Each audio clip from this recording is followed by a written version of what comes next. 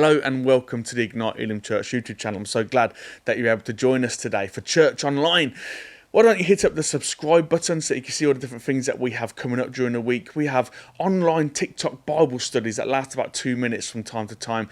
Try and do them as often as we can, but sometimes we're quite busy here on the ground, so they don't always come out every day.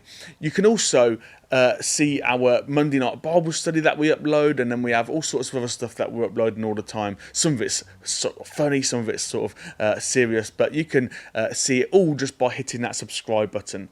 In today's session for church, we're going to be looking at justice. Jesus once said that Sabbath was made for man, not man for the Sabbath. And so we're going to be looking at justice in the workplace and how we can help our community, help our young people and our older people to be paid right and to be looked after and to be kept well in the workplace, and how to help us to live a healthy life. In today's session, I'd love for you to get stuck in and think about how you can play a part in your community and being kind to yourself, and in doing so being kind to other people.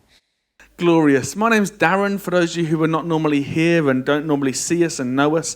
I have the extreme privilege of being able to, I say, maybe captain the team here. Is probably a good phrase, by which I mean that, you know, sometimes I give my armband to someone else if you're into football, and I sort of maybe guide us all a little bit. I try to anyway. I try to be a good dad to some folks, and I try to be a good pastor to others. Some guys, I like to be a good, hey, stop it, that sort of guy too. But that's sort of who I am and what I do. If you're new here, God bless you. You would also have noticed that you walked into a Pentecostal church this morning, and it was very unplanned. That's sort of not the way, you know, this is how we roll. And we like that. And we also like it when everyone plays a part. And so even if you're new here and you'd like to play a part in some way, there's tambourines over there somewhere. And there's probably a cajon at the back of church. And I'm just, Danny, sorry, bro, I just like, you know, invited everyone into your team today. There's a microphone. There's plenty of, there's lots of ways in which you can get involved. You can pray for one another. You know, you can speak out. It's okay to speak out here. I know you can ask me questions even whilst I'm preaching. Some of them I'll answer. Some of them I'll bat off. You know, like a good cricket player. But hopefully you feel welcome and you feel comfortable here. Is that all right? Cool, lovely, thank you guys. At least 3 of you responded then. Let me tell you one more thing, and then we're going to read from Mark chapter 2, if that's all right. From about verse 23, because I was reading the newspaper. I know, I recently bought a house and I feel well posh, so I started getting the newspaper delivered just 1 day a week because I can't afford 2.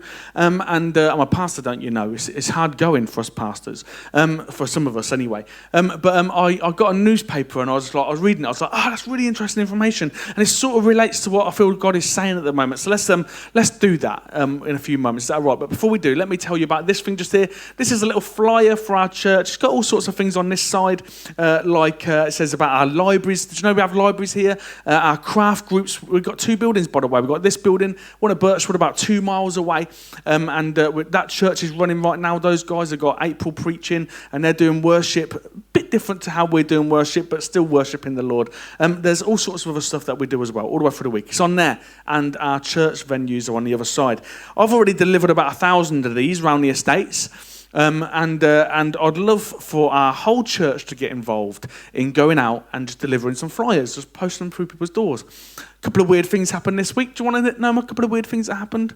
Yeah, I went to one street. I think 3 things happened in one street. One lady came up to me and she was like, oh, craft groups, that's really cool, she says. Do you do any watercolour painting? I said, you want to go down to Booton for that? Because there's a lady down there who teaches how to do painting down there. And then I came and said, Debs, I've sent this lady to you. She went, I don't do that. So that's really funny. And then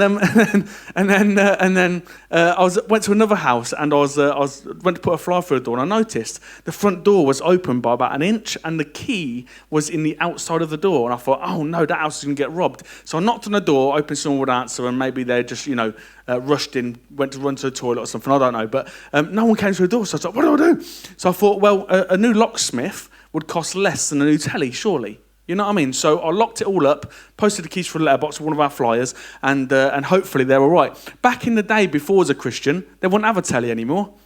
You know, they probably wouldn't have had much of a house left, if I'm honest. It looked quite nice on the indoors. I looked through the window. I didn't go in, all right? The other thing that happened was as I went round another street. So for those of you that don't know me very well, before I was a Christian, I've got to be honest with you, my DBS form is like 4 pages long. Everywhere I go, they have to do a risk assessment on me. It's awful. Like, thieving cars was my thing. I really enjoyed doing that. I don't anymore because I'm a Christian, but that was my thing. So I went to this house. I won't tell you where it is, just in case you decide to pop around there yourself. But I went around to this, and I posted a letter through the letterbox, and they had one of those outdoor like porchways that is all glass, you know. And just on the inside, on the side, they'd left their car key there. I was like, you must be off your head, mate. Literally, 15 years ago, that car would be gone. I'll be probably banger racing it down the M1. Anyhow.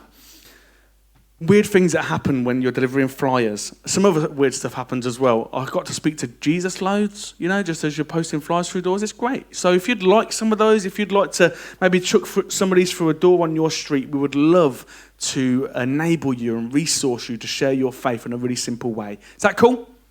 Lovely. Okay, Mark chapter 2, verse 23. Are we ready? Yes, Pastor. Brilliant. I'm so glad you're ready. And it happened that as he was passing, he is Jesus, as he was passing through the grain fields on the Sabbath, and his disciples began to make their way along while picking the heads of grain. The Pharisees were saying to him, "Look, why are they doing what is not lawful on the Sabbath?" And he said to them, "Have you never read what David did when he was in need? And he had his companions, companions became hungry. How he entered the house of God in the time of Abiathar, done good then, I'm pretty sure I did good, the high priest, and ate the consecrated bread, which is not lawful for anyone to eat except the priests. And he also gave it to those who were with him." Jesus said to them, "The Sabbath was made for man, and not man for the Sabbath. So the Son of Man is Lord even of the Sabbath." Okay. We have been in a season for quite a long time now of talking about conversations with Jesus. So I've been going through the Gospel of John, just looking at the words of Jesus and what he says, because in this church, we believe that Jesus is what it's all about. Okay, so it's all about Jesus. We only ever talk about Jesus, at least I hope they do when I'm not here. And if you ever come here on a week, when I'm here, it will be about Jesus, okay? And so we've just been doing conversations with Jesus, hoping that we can get some big picture, like sort of lifestyle and values out of what God is doing. And today I decided to skip out of John into the Gospel of Mark, because this story isn't found in the Gospel of John. Okay? Why are you doing that, Pastor? Well, as I said, I was reading my newspaper the other day. And as I was reading it, I read a story about how 300 million people in the UK have been to the doctor because they have chronic fatigue. Crazy, right? Which is like 5 to 7% of our community, of our nation, have already been to a doctor because of chronic fatigue. They said that there are loads of other people who think to themselves, I won't go to the doctor because essentially they have more stuff, more dire things to worry about than my being tired. And then they said that there are even more people who feel like being tired is just a normal part of life, so I'll just crack on with it. But essentially what they're saying is that there is an epidemic of tiredness in our nation. And they said also that it's not just about long COVID, it's about people being worked too hard. And if you know about politics, and if you've read about politics, I don't know an awful lot, but I do know a little bit, you'll know that one of the big questions recently has been, should we have 4-day weeks? Because people just feel so tired, and we're becoming more and more unhealthy. My wife is a psychologist, for those of you that don't know me, and she'll tell you that not getting enough sleep or being tired for too long does stuff to your body. She has a great book on our bookshelf called The Body Keeps the Score. Because when our mental health breaks down, our bodies take note, and they start to break down too. And so I want to put it to you that when Jesus talks about the Sabbath, and when we read about the Sabbath, so believe it or not, I believe that Sabbath is a law of God. I'm pretty sure that's what it says in Leviticus, okay? And in those books just there, there's like 3 or 4 books about the law of God. To Sabbath is the law. And so to not Sabbath is a sin. Am I right? Yes. And then what happens is sometimes as Christians, we feel burdened because we feel like I have to take a Sabbath, otherwise I'll be sinning. And so the Sabbath itself becomes a burden, doesn't it? Yeah, like it has done with the Pharisees just here. Sabbath has become a burden. When actually, as Jesus so rightly points out, Sabbath is a gift.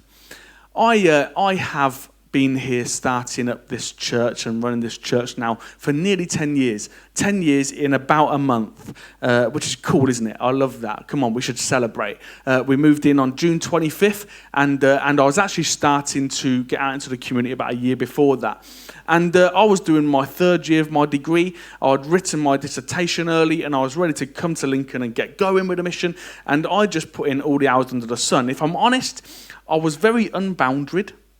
I thought that it was all about me and how hard I worked if we were going to see revival in Lincoln. And so I worked and I worked and I worked and I worked. I did 7 days a week. I probably started at 7 a.m. when I woke up. I'd go down to the bandstand down here because we didn't have buildings. So I went down to the bandstand, even in the snow, and I would lay on my back in the bandstand and pray. And I would just do that for about an hour every morning.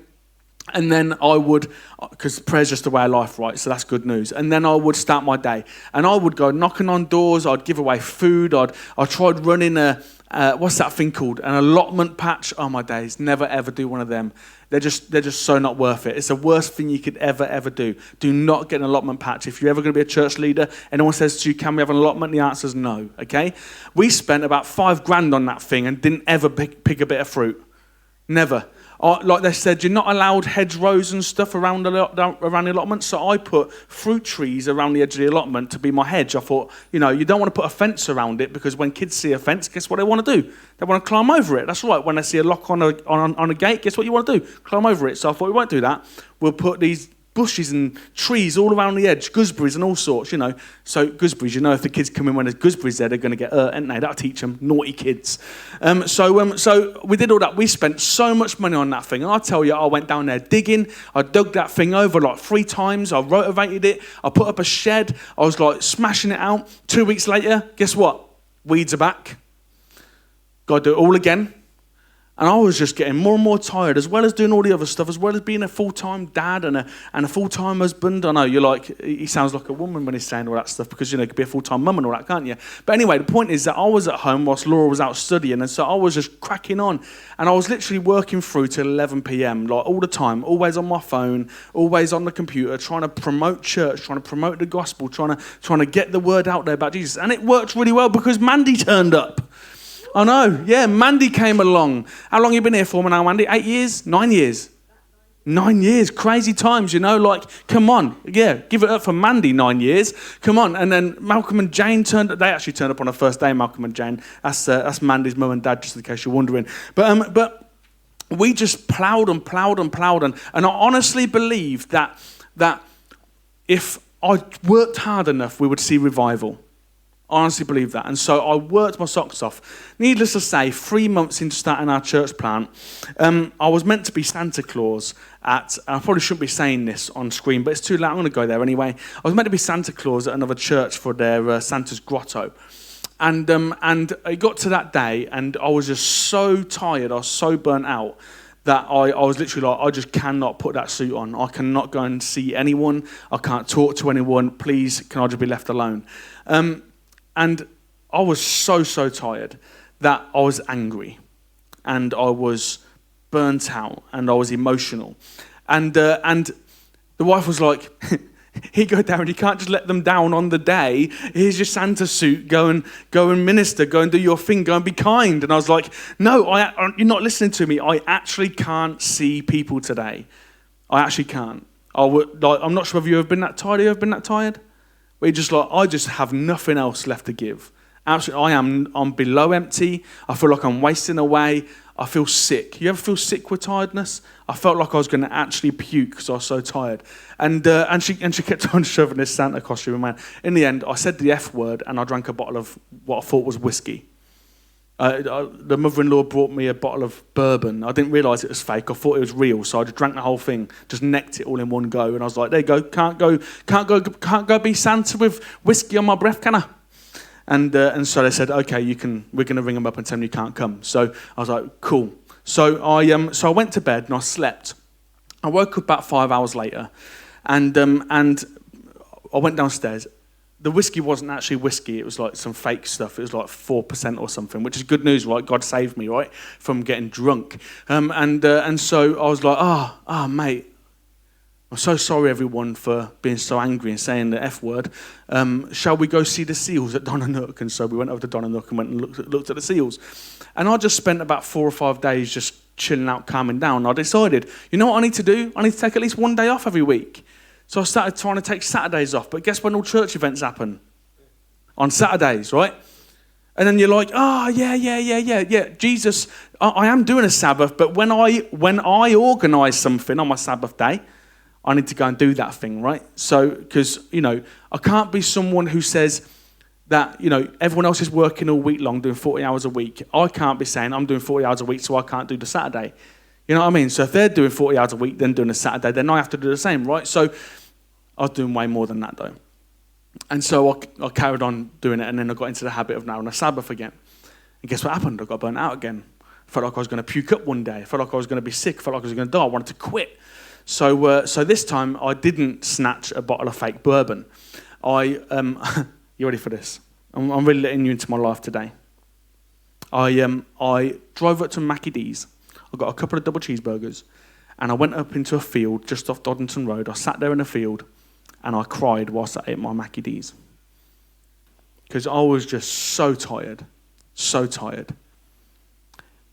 And then one day, I was sat there, and I decided I'm going to play some gaming with my children because they love to play this Minecraft thing. So I should love them and have a go at it. So I was sitting there. We sat there for the whole day, like 9 a.m. till 10 p.m. or something, just playing this stupid game. And halfway through the day, I said to Jesus, Jesus, I feel like I'm wasting my time sat here. And he says, your kids don't think that. I was like, oh, yeah. And then I said, yeah, but I want to be doing something for you. He said, you are. You're keeping the Sabbath. Looking after yourself. And I was like, man alive. From that day, I started taking one day a week off. But guess what? I worked even harder all the other days. So I kept on getting burnt out still. So then I decided that I need to take 2 days off. Nowadays, I work 4 days. 4 days. I have a 4-day week. Just like they're saying in the news and stuff that everyone should have a 4-day week. Because it's really, really good for you to Sabbath. My dream is to one day do 1 day a week. Work 1 day a week, Sabbath 6 days a week. Just like all the parishioners think you do when you're a pastor. Because Sabbath is so important. Jesus says, let me read it out to you again just in case you missed it.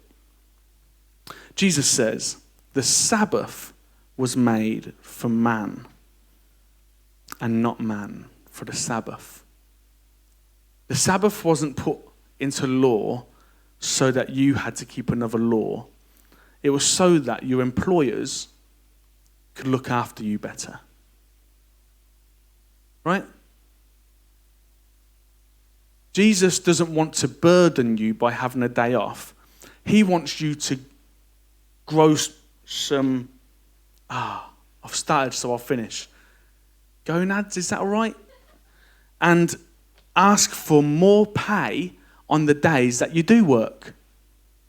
If everyone just said, I'm not going to work for less than 15 quid an hour, guess what they'd have to do? Raise your wages, right? But it's not until we're a collective and we decide, until the nation decides this isn't good enough, I'm out here dying whilst Mr. Tesco's getting rich off my slavery, right? It's not until we stand up for it. And I'm not saying we should start a revolution, although if you're up for it, I'll join in. I'm not saying we should start a revolution.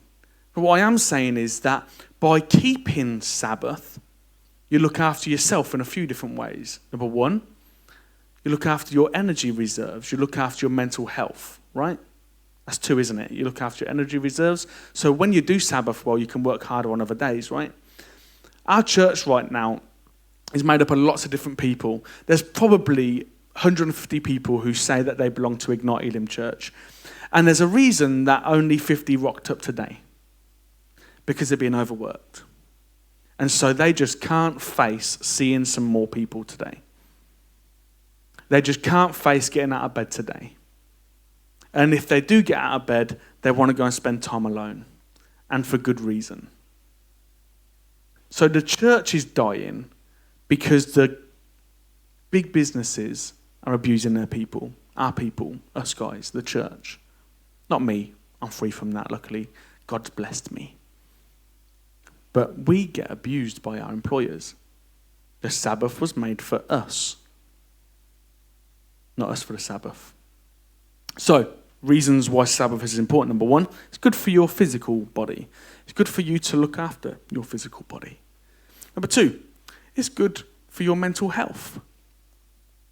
Believe me, when I was struggling in that area and when I was struggling with rest, I treated people worse and I treated myself worse. I shaved less often. I went to the sunbeds less often. I bathed less often. I know. You wouldn't think that was a big issue, would you? But when you work hard, guess what? You sweat hard too. So I was just bowing it up all over the place. You need to look after your mental health. You need to look after your physical health. You need to look after other people well. Another reason why Sabbath is so important, obviously, is because it is law. It is law. People often say to me, oh, Pastor, is it a sin to do such and such a thing? And am I allowed in church if I'm still doing that thing? And I say, well, I'll be honest with you. There's a lot of people in church who don't Sabbath. But we don't tell them they can't preach. I know, right? Pastors don't Sabbath all the time. But we don't tell them you've got to quit because you're breaking the law of God. Do we? No. In the same way as some pastors don't tithe. I know, it's ridiculous to me. I think, why would you not tithe? It's one of the laws. How can we say to someone you can't be on a pulpit or do a ministry because you're, I don't know, could be, I don't want to pick on something, but anyway, you get what I'm saying. You can't preach on a pulpit because you break that law, but then I'm breaking this law over here. It's not on, is it? Hypocrites, aren't we? Sabbath is law. Not law for you to be held accountable to, but law for your employers to be held accountable to. God is a God of justice. And he wants justice for you today.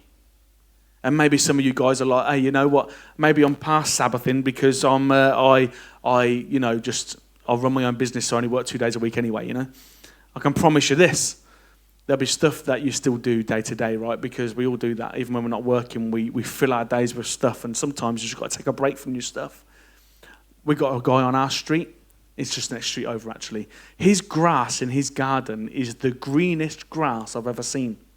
The greenest. When he cuts it, the blades go in a direction, like they all go in a special direction, all like a strip of all the blades going that way, then the strip comes out. It's just perfect. I mean, like the most perfect driveway, the most perfect grass, the most perfect front garden I've ever seen in my life. I said to one of his neighbours the other day, as a friend, I said, mate, that garden, if I wish I had a garden like that, and I shouldn't be like, what's the word? Being jealous over someone else's garden or all that sort of stuff, But at the same time, I want to go and ask that guy for some tips, right? My friend says, he's out there every single day, minute after minute. All he ever does is trim, feed, water that garden, right? He's always out there every day. I'm like, how'd he do that? Oh, he's retired. Man, that guy still needs a Sabbath from doing his garden, doesn't he? You know what I mean? Dude, take a break. He'll be like, oh, no, I've got a patch now. Ugh, I hate Sabbath. Ugh. Got a patch in my grass. I'll be like, nah, you look like mine now.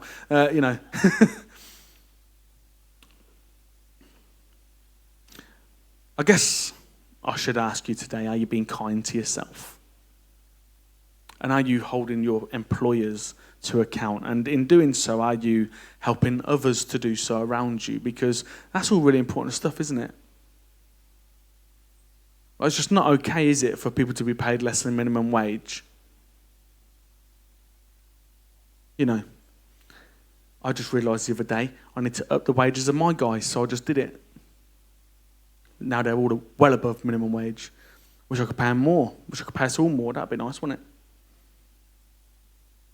But these are just the things that happen. But our government and our employers need to be held to account. And they will only be held to account when you decide to start being kind to yourself. When you start being kind to yourself. It's really easy to try and be kind to other people, isn't it? It's less easy to be kind to yourself. So maybe today, as a collective, maybe we should choose to be kind to ourselves. And in doing so, we will also, as a consequence, be kind to others around us. Now, obviously big business won't like that, and if you run a big business, and I'm really sorry if you're suddenly going to lose a few million quid, but somewhere along the lines, we need to say, hey, this isn't all right. People's marriages are breaking down out there because they're not being kind to themselves. People's homes are being lost that they've saved up for and looked after for years and years and years. Because why? Because us guys aren't leading by example and being kind to ourselves. We're meant to be salt and light. We're meant to change the culture, shift the culture. We're meant to be like Jesus. And if you've got the same sort of Jesus as me, then you'll find that he's a socialist Jesus. I'm winding you up. It's okay. You can take me outside and stone me later. Literally, children are being neglected out there today. And things like, I don't know, like children's awareness and all that sort of stuff is all on the decrease. Because why? Because parents are being abused by their employers. Neglect is happening because we're being abused. Because we're not being kind to ourselves and kind to each other. People are killing themselves because they're losing so much because they don't do one thing that Jesus said is important for us. The Sabbath is made for you, not you for the Sabbath. Hallelujah. I guess we should think about how do we action this whilst Danny comes up and begins to tinkle in the background. Can I have some plonky plonk, please, Danny? No, I'm kidding. I love Danny. Danny's quality. You know, Danny does like 3 jobs, don't you, Danny? 2 jobs? You got a lot of jobs on the go, haven't you? Yeah, crazy stuff. Like when you're in ministry, you just got to like find money any which way you can, really, without fleecing the sheep. You know, I know some pastors do that a bit, don't they? But we don't here. Shall we stand? And we're going to think just briefly about how we can play a part in looking after ourselves and looking after other people. Maybe I've even spoken to you today. Maybe some of you guys are like, yeah. I keep on finding these awesome mega jobs that pay really well. And then what happens is, for some weird reason, I always feel like I'm overworked. And then I get stressy and then I snap at someone at work and then I quit, right? And I'm like, dude, if you just like ask your employers or make your employers treat you well, maybe work won't be quite so hard, right? I know. And then you're like, can you ask an employer that? You're not allowed to sack you. Did you know that? Like, sacking someone is so hard to do on my days. One of the good things about our world. When you sign up for a new job, young people, if they offer you a 0-hour contract, say, no, don't do them. They're not just. Say, I want 6 hours. I want 20 hours. Tell them how many you want. Tell them I want a contract. Because that's just not okay. Because the government are saying to us, unemployment is at its least ever. But then there's like 90 people doing 0 hours this week. 90 million people doing 0 hours this week and no one's actually earning any money. What's that all about? It's not on, is it? We should hold our government to account. Tell them, stop counting the wrong things. Stop treating your people badly. Look after us. That's what you're there to do, sort of. I believe that's what they're there to do. I'm sorry if this has just turned into a socialist rant. But I believe it's what Jesus wants for us. He wants us to be kind to ourselves. He wants us to be kind to and for other people by speaking up for ourselves in the workplace, maybe in the doctor's surgery, maybe wherever you do your hobbies. Maybe this week when someone says at your gym, I'm really struggling, I ain't got enough money to make ends meet, I'm on a 0 hour contract, I only get paid £10 an hour. Maybe you can go to the manager and say, hey, you know what? I signed up to this gym, I pay my 30 quid a month. I think that your staff should be paid at least minimum wage. And I think that they should have contracts of how many hours they're going to do this week so that they can at least then put some stuff in place to get more work elsewhere. I think that you could be more just in our community. I think that as a people, us guys just here can change our city for the better. And maybe we could even change our nation for the better and then the world. But we've got to do it together. We can't do it just all by ourselves, can we? Let's close our eyes, shall we? And pray. Tell God what you think about what I've said. Tell him what you think, because maybe you just think I'm making no sense at all and you think I'm being out of order. If that's the case, then I'd love for God to tell you you're wrong.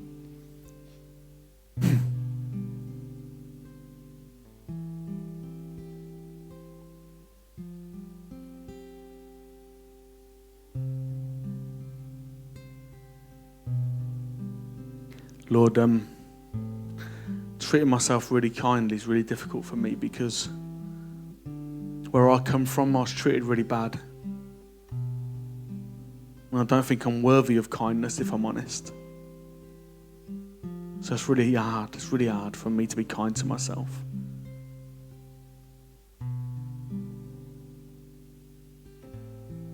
I love the idea of being able to be kind to other people, though.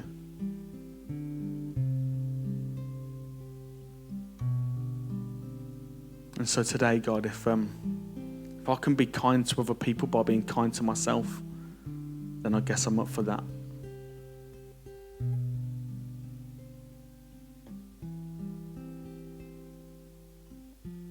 God, I am so glad that you made certain things law so that people don't abuse each other. Thank you, Lord, that you're the God of justice.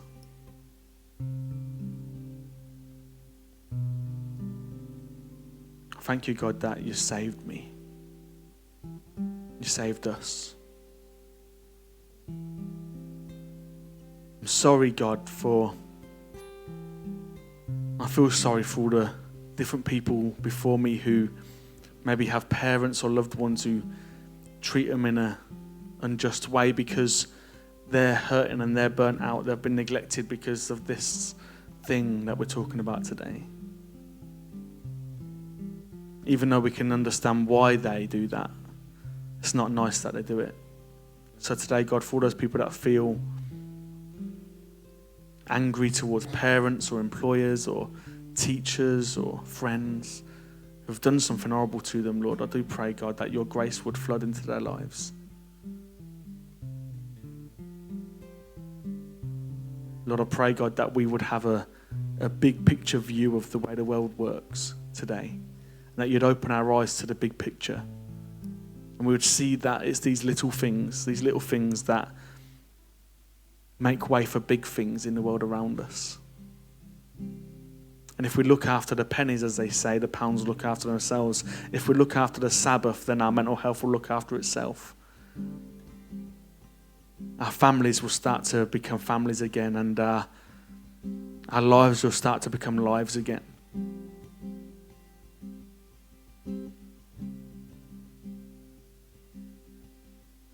Jesus, help us. And God, if I'm upset anyone today, then I apologise for bringing disrepute to your name. I guess I just felt really spurred on by justice today.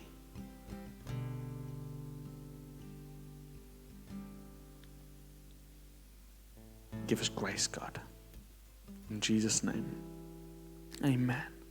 It's really hard, isn't it, to speak up for yourself or for other people.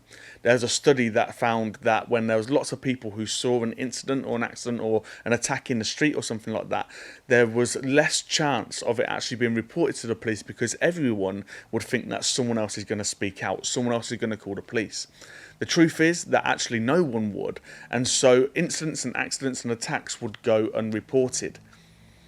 Today, I really want to challenge you to not be someone who stands by and says, oh, someone else will do this job. Someone else will say something. Someone else will speak up. Why don't you be the person to speak up today? Like I say, you can go to the places where you buy your food, the places where you hit up your gym or whatever else it is, and you can just let them know that if you're paying good money, then you at least want your staff, the people who are looking after you and serving you, to be paid well. Even if it means that maybe you have to up the price of your membership. Hey, I'm willing to pay £2 extra for my gym membership if it means that young Lucy or whoever is going to get paid well, you know? So why don't you speak up? Why don't you be a voice in your community? Be the salt and light. In the meantime, why don't you hit the subscribe button once again, so you can see all of our TikTok Bible studies that are coming up and be challenged by God's word. You can also see our Monday night teaching, which we go live at 6 p.m. on Monday night, so you can see that coming up as a little notification if you press that little bell button on your screen right now. I thank you so much for joining us, and I hope that you have a blessed rest of the week. See you soon.